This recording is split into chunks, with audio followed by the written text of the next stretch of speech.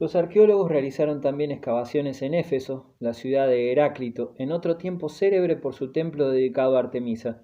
Grandes de la Artemisa de los Efesios, clamaban los paganos de la ciudad ante San Pablo y los cristianos. Nutridas multitudes acudían al renombrado santuario y la ciudad llegó a ser, por tal razón, un gran centro comercial. El fastuoso templo de la diosa era también una potente institución de crédito, una especie de banco central para Asia. En 356, según la tradición, la noche misma en que Alejandro nació, el templo de Artemisa fue incendiado por un efesio que en el tormento confesó haber cometido la fechoría para hacerse inmortal. El templo fue reconstituido más grande y con mayor riqueza que antes por Dinócrates, el arquitecto de Alejandro Magno, llegando a ser el más colosal y espléndido de toda la Hélade, y una de las 7 maravillas del mundo, con 130 metros de longitud y una anchura de algo más de la mitad. 3 siglos después, la comunidad cristiana de la ciudad iba a ser destinataria de una epístola de San Pablo y de un raspacachos en el Apocalipsis. De la Artemisión nos queda lo poco que de él dejaron los cristianos y los bárbaros. La ciudad de Pérgamo prestó nombre al pergamino, en otro tiempo el artículo de exportación más importante de esa ciudad. Se manufacturaba trabajando, según un método local, las pieles de algunos animales, sobre todo carneros y cabras. Con el tiempo el pergamino fue el material más utilizado para confeccionar libros hasta la invención del papel. Su resistencia ha salvado de la destrucción muchos documentos inestimables. Pérgamo era la capital del reino homónimo, fundado en 281 por un gobernador que se aprovechó de las luchas entre los diádocos para lograr su independencia. El reino de Pérgamo se agrandó y adquirió respetable importancia gracias a los soberanos atálidas que, al frente de su pueblo, defendieron el helenismo contra las hordas célticas que invadieron el Asia Menor a mediados del siglo III a.C. La aparición de los celtas o galos en este continente constituía un episodio de las grandes migraciones célticas. En aquel tiempo, el grupo lingüístico celta abarcaba la mayor parte de Europa central, mientras que en la actualidad solo se habla el celta en el país de Gales, Irlanda, Escocia Occidental y Bretaña. Al principio, los celtas o galos habitaron las regiones que hoy constituyen Baden y Württemberg, de donde partió la expansión. Algunas tribus atravesaron el canal y se establecieron en las islas británicas. Más tarde cruzaron el Rin en dirección oeste para residir en la actual Francia y España, donde se mezclaron con los íberos y dejaron su gentilicio en Galicia. Otros pueblos celtas flanquearon los Alpes y se establecieron en su valle del Po, en Italia del norte, de donde expulsaron a los poderosos etruscos. De allí incursionaron hacia el sur, atacando incluso a Roma, pero la mayor migración se dirigió al este, como los topónimos lo indican, Galicia y Galacia. Un siglo después de un asalto a Roma, los galos llegaron a Macedonia y Grecia, y muchos celtas pasaron el Asia Menor, en donde se afincaron en el este de Frigia, país que recibió de ellos el nombre de Galacia. En efecto, los griegos llamaban a los celtas Gálatas, nombre que nos recuerda otra epístola de San Pablo. Que no cayera sobre las ciudades jónicas de Asia Menor se debe sobre todo al rey Átalo I de Pérgamo y a sus descendientes, los atálidas.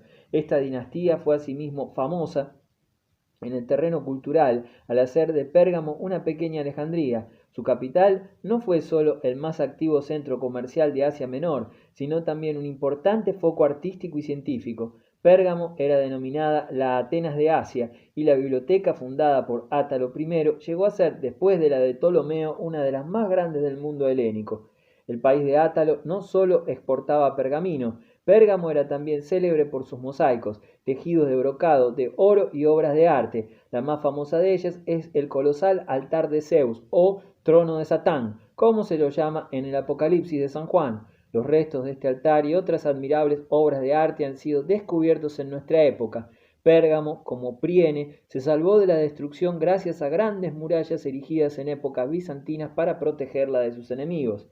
Las excavaciones de Pérgamo nos han informado acerca de las medidas higiénicas adoptadas por el Estado griego y del modo como se mantenía el orden. Se han encontrado grabados sobre piedra reglamentos de policía que aún hoy serían útiles en muchas ciudades. Así, por ejemplo, cada propietario debía cuidar su parte de calle y velar por su limpieza. Quien arrojaba basuras a la calle debía quitarlas por su cuenta, so pena de multa. Mesopotamia también tiene su Pompeya. son las ruinas de la ciudad helenística de Dura Europos, en el Éufrates, una de las ciudades fundadas por Seleuco. Dura es el nombre semítico de la ciudad y significa ciudadela. Europos es el término griego. El descubrimiento más famoso fue sin duda el del pergamino más antiguo que se conoce, un manuscrito de principios del siglo II a.C. Después se han descubierto otros semejantes en Europos. El griego fue sin duda la lengua oficial en esta ciudad de Oriente. La influencia de la cultura helenística se dejó sentir muy lejos, hacia el este. Se encontraron en territorio medo manuscritos griegos en pergamino que indican que el derecho helénico aún estaba vigente en el siglo I a.C. en estas apartadas regiones. Incluso en el interior de Asia Central se han descubierto materiales helenísticos de culturas procedentes de Occidente, todo ello obra de Alejandro.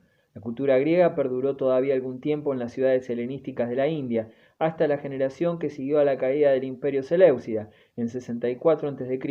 Algunos reyesuelos griegos, aislados y tenaces, aún resistían en Bactria y en ciertos lugares altos de la Hoya del Indo.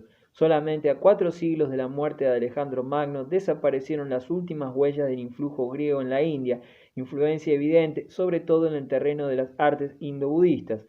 Las siluetas de los dioses griegos sirvieron de modelo para representar a Budas y Vasivas, así como el orden corinto se identifica con facilidad en la arquitectura india. Este arte indio, influido por la cultura helenística, penetró más tarde en Asia Central con la religión budista, de donde pasó a China e influyó en su arte antiguo. La ciencia helenística. Alejandría se convirtió en el centro de la ciencia helenística. El primer Ptolomeo fundó en esta ciudad un instituto de investigaciones científicas llamado Museo. A él lleva los mayores sabios de su época, a quienes pagaba de manera tan generosa que pudieron dedicarse a la ciencia teniendo a su disposición colecciones científicas y toda clase de medios auxiliares, una biblioteca que reunió miles de rollos o volúmenes, un observatorio, un parque zoológico de animales raros y un instituto anatómico. El más famoso de los sabios de Alejandría es Euclides, que reunió y sistematizó los conocimientos matemáticos de su tiempo en un libro conocido como Los Elementos de Euclides, de claridad tan excepcional que algunos países aún lo utilizan como manual escolar.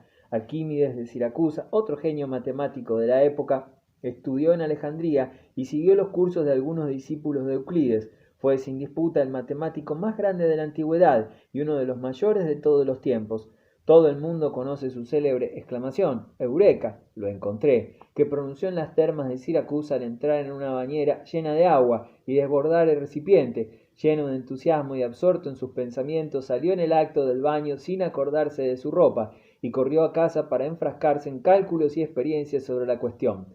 El descubrimiento era, en su género, tan sencillo e importante como el que Newton hizo casi 2000 años después, sobre la ley de la gravedad. Arquímedes advirtió que su cuerpo se aligeraba de un peso igual al del agua que desalojaba. Se ha descubierto hace poco una obra de Arquímedes de la que puede sacarse una conclusión sorprendente. El siracusano concibió quizás los principios del cálculo integral que Newton y Leibniz formularon en el siglo XVIII.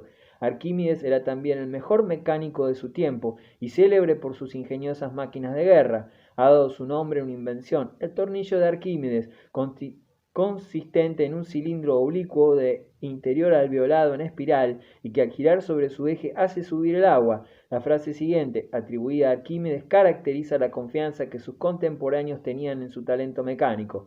Dadme un punto de apoyo y moveré el universo. Murió durante el sitio de Siracusa por los romanos, tras haberse hecho famoso por sus ingeniosas máquinas de guerra. El técnico Ctesibio era sin duda contemporáneo de Arquímedes y algo más viejo que el sabio. Como él poseía conocimientos muy extensos y construyó entre otros objetos relojes con figuritas que se movían y con campanillas que señalaban las horas, todo ello movido por fuerza hidráulica. Cuanto sabemos de estos mecánicos no se debe a ellos mismos, sino a escritores antiguos que los mencionan superficialmente. Herón de Alejandría era otro talento en el campo del artificio. La turbina de vapor, los autómatas y el taxímetro, que parecen creaciones de nuestro tiempo, en realidad fueron inventadas por Herón. Se cree que vivió en el siglo II a.C., o poco menos. Sus escritos son un arsenal de datos de los antiguos conocimientos acerca de las leyes de la naturaleza y de sus propias conquistas en el terreno de la técnica. Cuanto sabemos hoy de la antigüedad nos causa estupor. Si la Edad Media hubiese conservado más textos de la antigua literatura técnica, habríamos alcanzado mucho antes el alto nivel industrial y técnico del que estamos tan orgullosos hoy. La época helenística consiguió progresos no menos importantes en otros campos científicos, por ejemplo, en astronomía y en geografía. La primera había gozado de mucha afición en las ciudades babilónicas, donde los helenos pudieron aprovechar las observaciones de los antiguos caldeos en lo referente a los cuerpos celestes y al cálculo de su curso. Así, Eratóstenes llegó por un procedimiento genial a medir exactamente el perímetro de la Tierra. La geografía ensanchó sus límites gracias a los descubrimientos de Alejandro. La curiosidad científica se amplió hasta las regiones septentrionales. Hacia el año 300 a.C., Piteas de Marsella descubrió las Islas Británicas y tuvo conocimiento de las Islas Thule en el extremo norte, la región que limita con el mar glaciar.